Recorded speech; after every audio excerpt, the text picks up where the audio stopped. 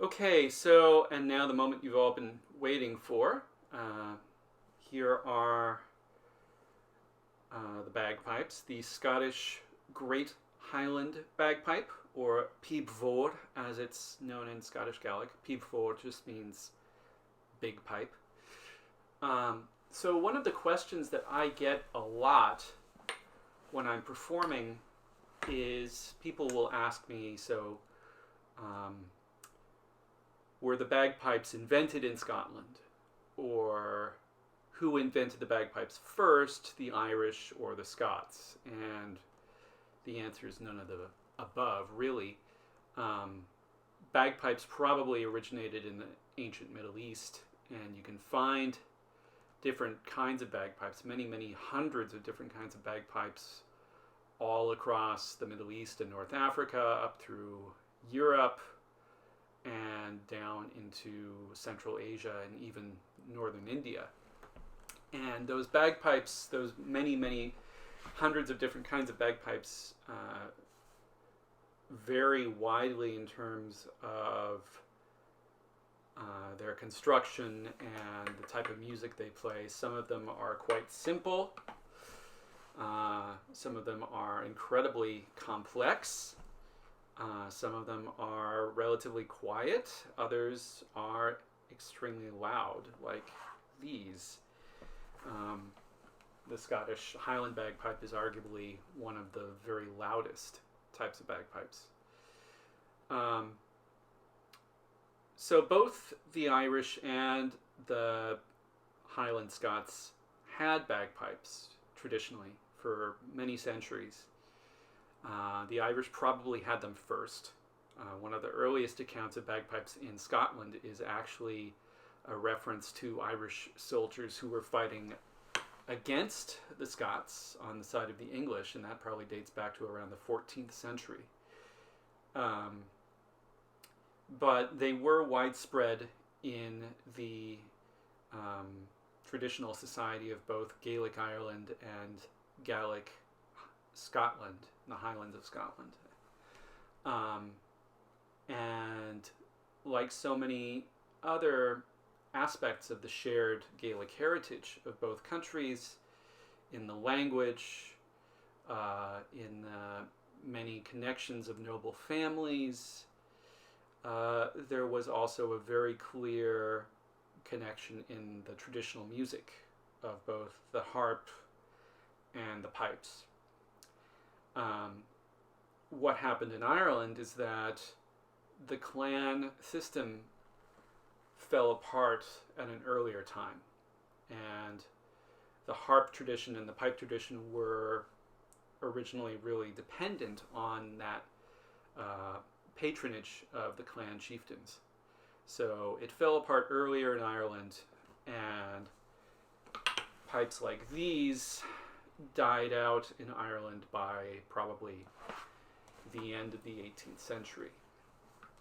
However, they were revived in Ireland in the late 19th century in parallel revivals by both Irish nationalists and pro-British unionists. And so today it's not uncommon that you'll see Irish pipe bands marching on St. Patrick's Day, and in the north of Ireland you'll also see unionist pipe bands marching on the 12th of July, sometimes playing very similar, if not the same tunes, to show their total cultural opposition to one another.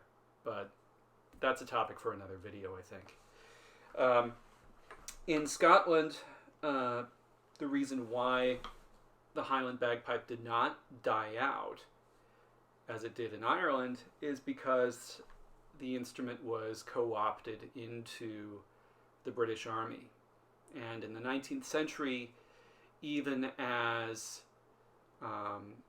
Gaelic-speaking Highland Scots were driven off their land by the hundreds of thousands and sent across to Canada and Australia and New Zealand and the United States, and even as the British government actively attempted to destroy the Scottish Gaelic language,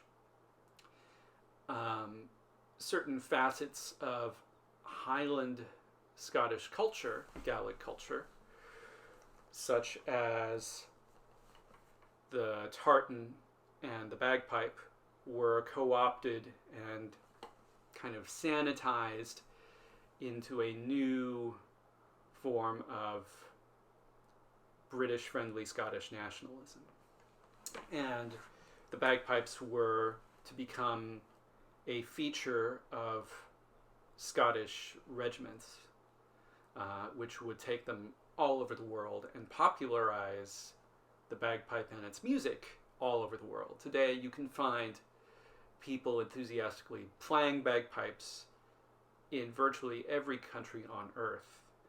I have communicated with pipers in all sorts of different countries all over the world, and it's really amazing to see the passion and dedication of many people, most of whom have absolutely no connection to Scotland, but the passion and the deep love for the music of this instrument that you find all over the world today.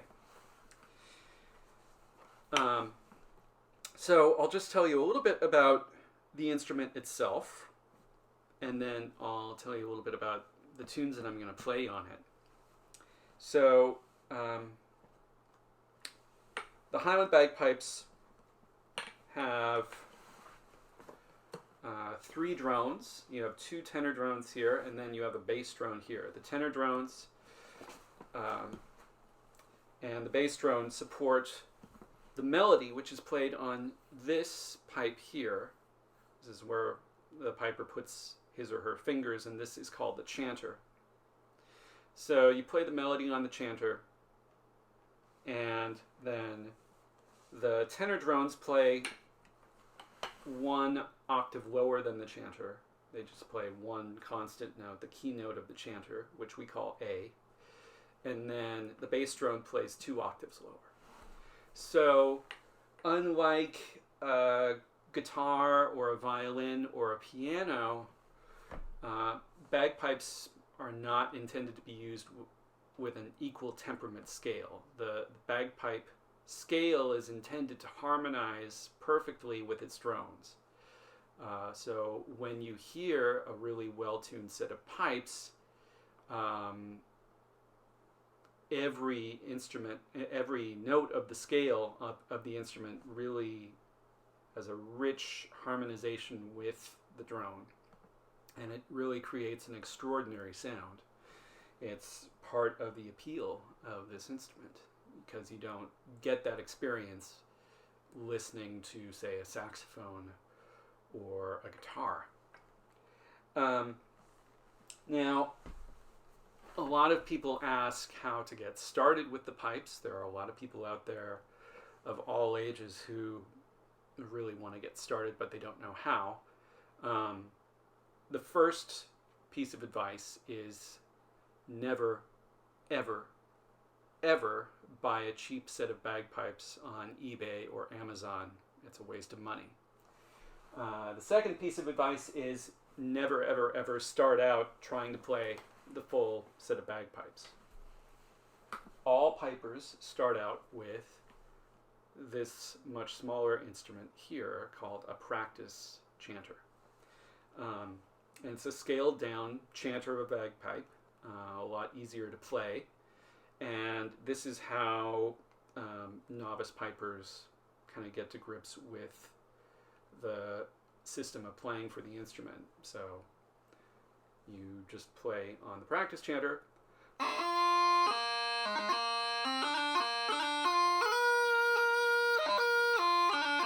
Like that, until you have a decent grasp of how to play simple melodies, get them under your fingers, and play the unique grace notes that you need to play in the bagpipes. And once you've been playing for a while, say 6 months, maybe a year, it depends on the individual piper, that piper's teacher will say, okay, now you're ready for a set of pipes. And you go out, you get a set of these, and you start with just playing one drone, and then you add another, and then you get all three going. And it takes a while, but contrary to what a lot of people would think, the hardest part of playing the bagpipes is not the air requirement, provided that you've got a airtight set of pipes with a good bag, an airtight bag, good pipes, good reeds. Bagpipes should not be uncomfortable to play. The real hard part of playing the Scottish pipes is playing the melody on the chanter, and that's why a good practice chanter is so important and what every piper starts with. So I'm going to play two sets of tunes on the pipes today. The first set of tunes that I'm going to play is a set of a march, strathspey, and a reel, like what you would hear in a modern piping competition. And then the second tune that I'm going to play is an example of Ceol Mór, or pìobaireachd. And the way that I play it is not how you would hear it in a competition today, but it's my attempt to play something closer to what you would have heard on this instrument maybe 200-300 years ago.